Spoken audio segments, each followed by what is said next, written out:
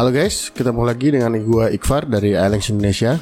Jadi kemarin balik lagi ya setelah comeback. Ini comeback lagi. Jadi kemarin lagi banyak deadline juga. Gue baru sempet buat bikin konten lagi bareng Reza. Nah hari ini masih nge-review tablet. Oke, cuman tablet yang mau gue review itu adalah Huion HS611. Jadi ini bisa gue bilang tablet ini agak unik ya, karena bisa lihat dari gambarnya ya. Dia juga nyediain warna yang lain. Cuman walaupun di dalam gambarnya dalam kotaknya gambarnya orange, yang barang yang gue dapat warnanya hitam ya. Jadi nggak sesuai sama gambarnya sih.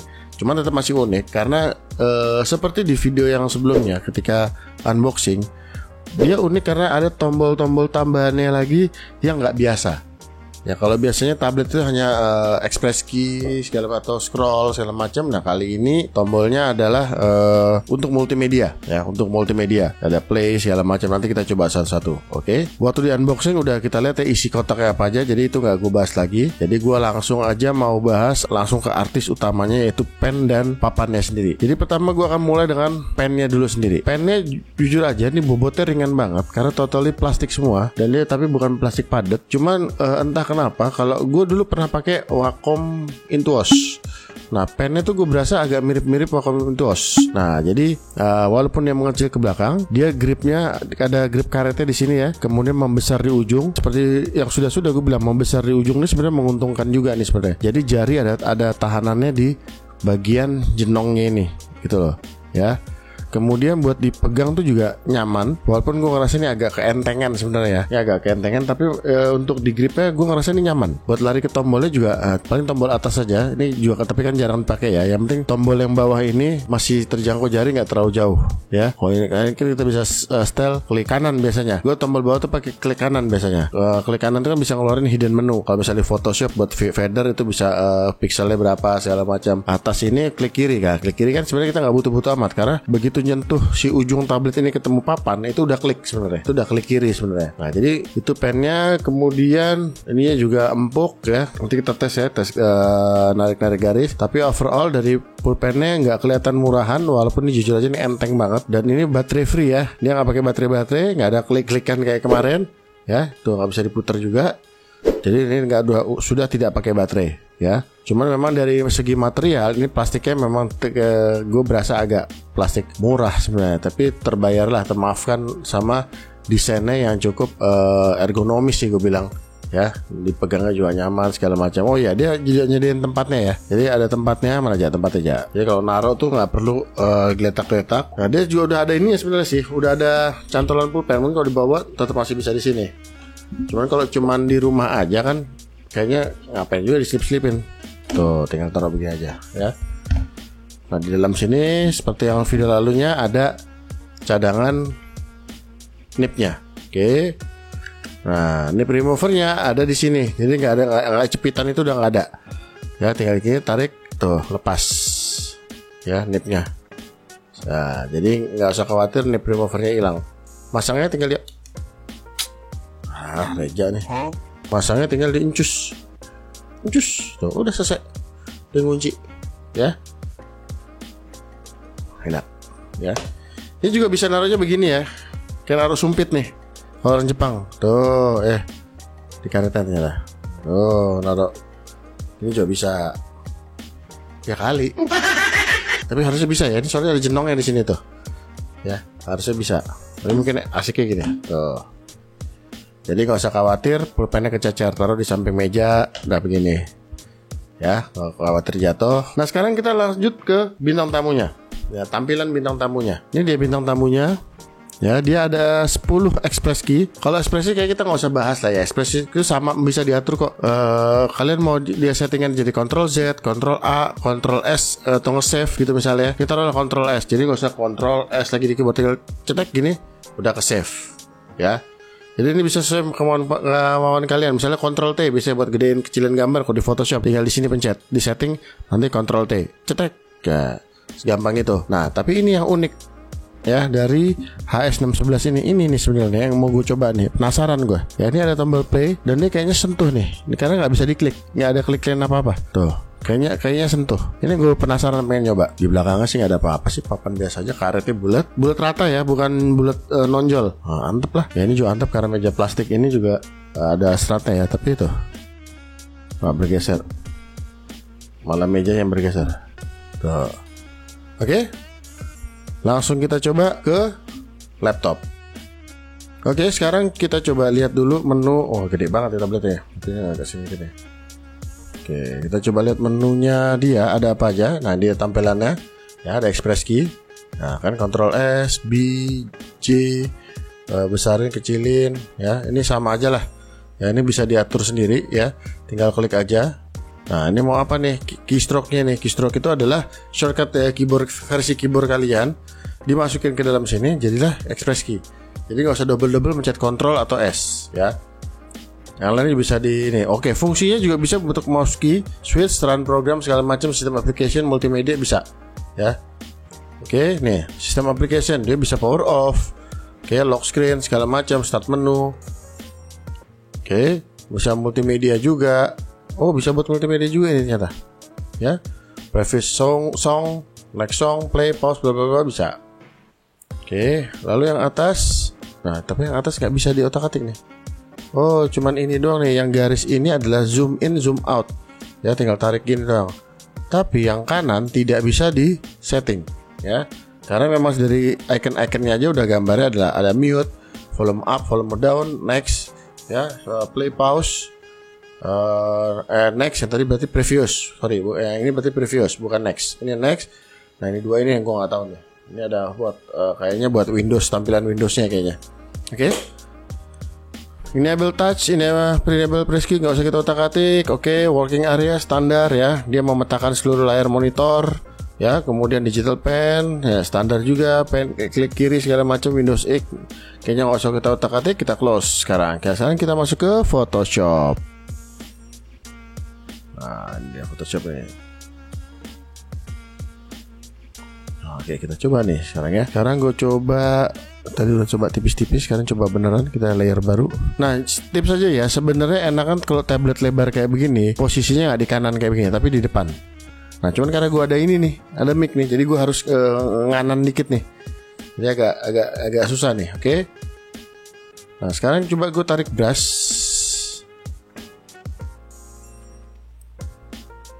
Gila sensitif banget ya sebenarnya. Enak sih. Apa ya?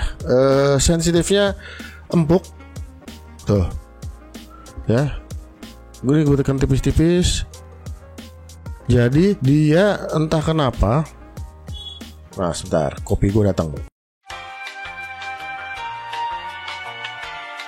Dia di sini ketebalannya di sini, pressure-nya yang unik adalah tidak cuman masalah besar kecilnya si brush, tapi pengaruh ke tuh. Makin tipis dia makin muda warnanya, makin grey tipis. Ditebelin baru dia makin gelap. Oke. Padahal normal 100% brushnya juga size-nya standar. Hardness-nya 100, coba hardness-nya kalau gue empukin. Tuh. Ya. Gue tebelin baru dia hitam. Oke. Jadi ini agak beda di mata tablet. Ada tablet yang dia cuman pressure itu hanya lukisan. Jadi dia pressure itu hanya besar kecilnya si brush. Ya, jadi warna hitam ya hitam, udah tetap hitam, 100% hitam. Cuman dia kalau ditipisin ya jadi tipis, goresannya diteken jadi tebel gitu kan. Nah, ini agak beda nih settingannya nih. Kalau gue tekan tipis, warna hitamnya drop. Tuh jadi grey. Ya, tapi kalau gue tekan baru ya hitamnya 100%. Dan ini juga tetap jadi membesar. Nah, ini kayaknya ya kalau feeling gue ya, ini cocok untuk digital painting. Cocok untuk digital painting yang banyak main-main pressure. Tadi kan biru ya nyetingnya. Oke. Nah, ini cocok untuk digital painting nih kayaknya. Ya. Nah, teman-teman tinggal cari brush-brush yang dirasa dibutuhkan. Tuh kan. Asik banget tuh kalau buat digital painting deh. Ya gue nggak bisa ngelukis ya. Gue nggak jago ngelukis digital. Tapi dari ini gue bisa ngerasa ini enak banget, kayak seolah-olah emang teman-teman pakai watercolor tuh atau pakai marker. Tahu kan marker kayak Copic segala macem ya. Jadi double dia baru menebal. Ini kayaknya asik nih buat digital painting nih. Tuh. ya. Jadi cocok kayaknya untuk digital painting. Kemudian kalau gue tarik cepat, nyaris nggak ada delay. Ya, nyaris nggak ada delay. Tuh, ya, nyaris nggak ada delay. Enak, nyaman. Oke, kita coba warna hitam.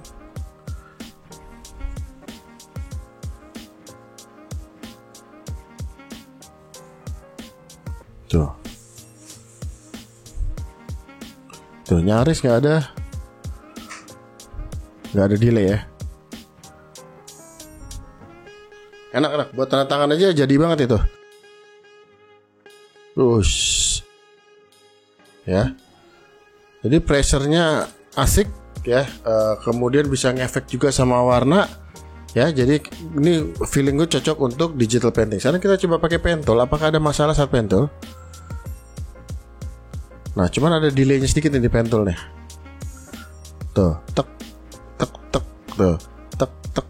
Tek pertama gue adalah ketika kesini, tek kedua adalah ketika nyentuh layar.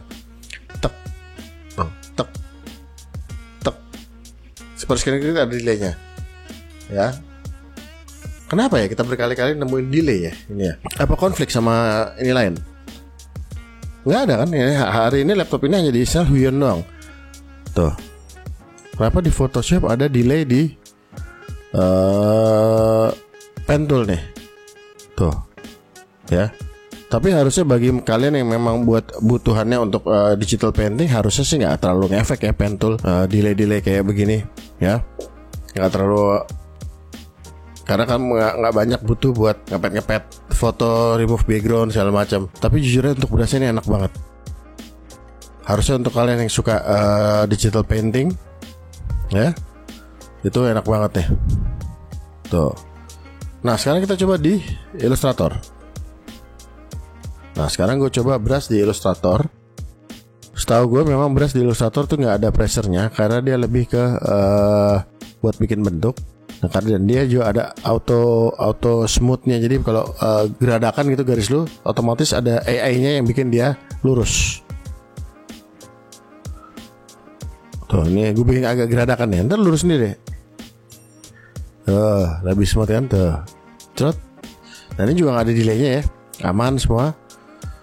Oke, nggak ada delaynya. Kemudian kita coba pen tool. Pen tool malah di sini nggak ada delaynya, gimana ceritanya ya? Aman di Illustrator loh, tuh. Ya. Malah aman di sini, ya. Jadi di AI overall sih nggak ada masalah signifikan. Cuman di Photoshop aja tadi ya, di pen toolnya agak delay gitu. Nah, sekarang tadi kesimpulan dari Photoshop dan Illustrator adalah cuman di Illustrator aja, di Photoshop aja ada delaynya di pen tool ya. Sekarang gue mau coba ngetes tombol-tombol ini di Spotify. Oke, di Spotify. Sekarang coba kita misalnya, ini lagunya lagi nyala nih. Gue mau coba pencet volume mode dulu. Tuh, oh bisa mode. Tuh, ya lihat di pojok kiri tuh. Mode nyala mati. Oke, kemudian volume up dulu nih. Tuh, volume up karena dia dari 0 tadi. Ini volume down. Tuh. Enak juga sih kerja. Lu nggak usah masuk ke Spotify, mau gedein kecilin volume nggak usah dari keyboard segala macam, langsung dari tablet lu. Tinggal pakai jari mana yang nyaman, ya kan? Ya, tuh, oke. Kemudian, ini aja bergeser. Kemudian adalah play ya, yang di tengah. Tuh, langsung play dia. Ini lagu lu apa sih? Gak jelas banget ya. Lagu tulisan Jepang semua gitu. Nah, kemudian untuk next. Tuh, next. Malah keluar iklan. Oh, masih gratisan ya? Tuh. The next. Tuh. Jadi kan play try that again after ads. Oke, sebentar kita sabar dulu ya. Ya, ini nggak ada suaranya ya, karena gue takut kena copyright. Tapi gue tesnya tuh. Next bisa. Cek lagi. Next. Previews. Next previews bisa. Oke. Kemudian ya, ini dua yang terakhir nih, tombol terakhir nih. Oh, buat minimize apa sih ini namanya, ya itulah pokoknya. Jadi semua layar yang aktif tuh kelihatan semua. Chat, ya balik lagi. Nah yang kanan, oh balik ke desktop normal, kosong, blank, nggak ada apa-apa. Sebenarnya praktis loh ini. Ini sebenarnya praktis nih, jujur aja. Ini pun bisa kalian setting buat musik, multimedia segala macam. Buat aplikasi juga bisa. Ya, sebenarnya agak unik nih Huion yang ini nih. Ya, oke juga sih sebenarnya nih. Ya cocok buat mungkin yang biasa kerja sambil dengerin lagu atau iseng-iseng sambil. Nah, coba di YouTube kita tes. YouTube bisa nggak? YouTube mainan anak. Udah aja mau beli mainan anak. YouTube. Ya YouTube-nya juga contoh aja ya. Nanti videonya sama suaranya tiap di ini kan. Oh, YouTube kita aja lah kalau gitulah. Ini matikan Spotify-nya. Ya kan ada yang suka tuh kalau denger lagu suka di YouTube tuh. Oh bisa volumenya. Next video. Oh nggak bisa kalau next video di YouTube. Tapi play pause bisa. Tuh.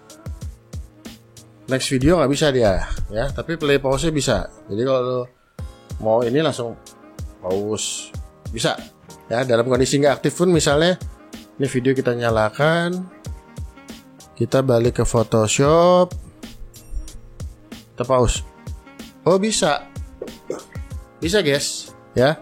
Dia lagi dengerin lagu terus dipanggil gitu kan, mau matiin lagunya dulu tinggal pencet play. Lu nggak usah masuk ke YouTube-nya.